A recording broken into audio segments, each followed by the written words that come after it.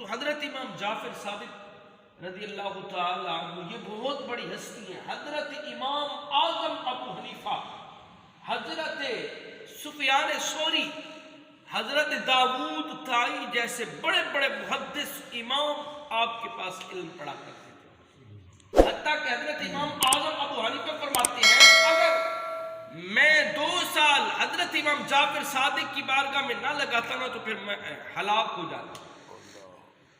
جس کے ہم مقلد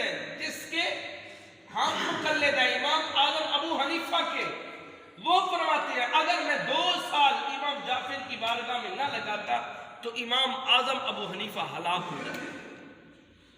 اب دیکھیں اتنے وقت کے محدث، وقت کے معلم، وقت کے امام کہہ رہے ہیں کہ اگر میں کسی ولی کی بارگاہ میں نہ بیٹھتا، امام جعفر صادق کی بارگاہ میں نہ بیٹھتا تو میں ہلاک ہو جاتا. تو اتنا علم، اتنا تقوی، اتنا پرہیزگاری کے باوجود کہہ رہے ہیں کہ میں ہلاک ہو جاتا. لیکن کبھی ہم نے بھی سوچا ہے کہ ہم کسی ولی کی بارگاہ میں بیٹھ جائیں، کسی اللہ کے پیارے کی بارگاہ میں بیٹھ جائیں، لیکن کاش ہمارے پاس فرصت نہیں، وقت نہیں ہے. ہمارے پاس وقت نہیں ہے کہ ہم کسی ولی کی بارگاہ میں، کسی متقی کی بارگاہ میں بیٹھ کر کچھ لمحے اپنی زندگی کے اچھے بنا لیں. لیکن ہمارے پاس ٹائم نہیں ہے، ہمارے پاس وقت نہیں ہے. سب سے بڑی ہماری یہ غلطی ہے.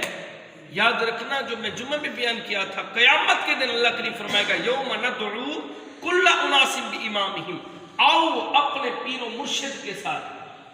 تو جس کی صحبت میں ہم بیٹھا کرتے تھے ہم بیٹھتے ہی نہیں. صحبت میں بیٹھے تو صحیح، میرے پاس وقت ہی نہیں ہے. زندگی کے الجھنوں میں اتنا الجھ گئے ہیں، اتنا داخل ہو گئے، اتنا آگے چلے گئے ہیں کہ اب ہمارے پاس وقت ہی نہیں ہے کہ ہم اللہ کی ولی کی بارگاہ میں بیٹھ سکیں.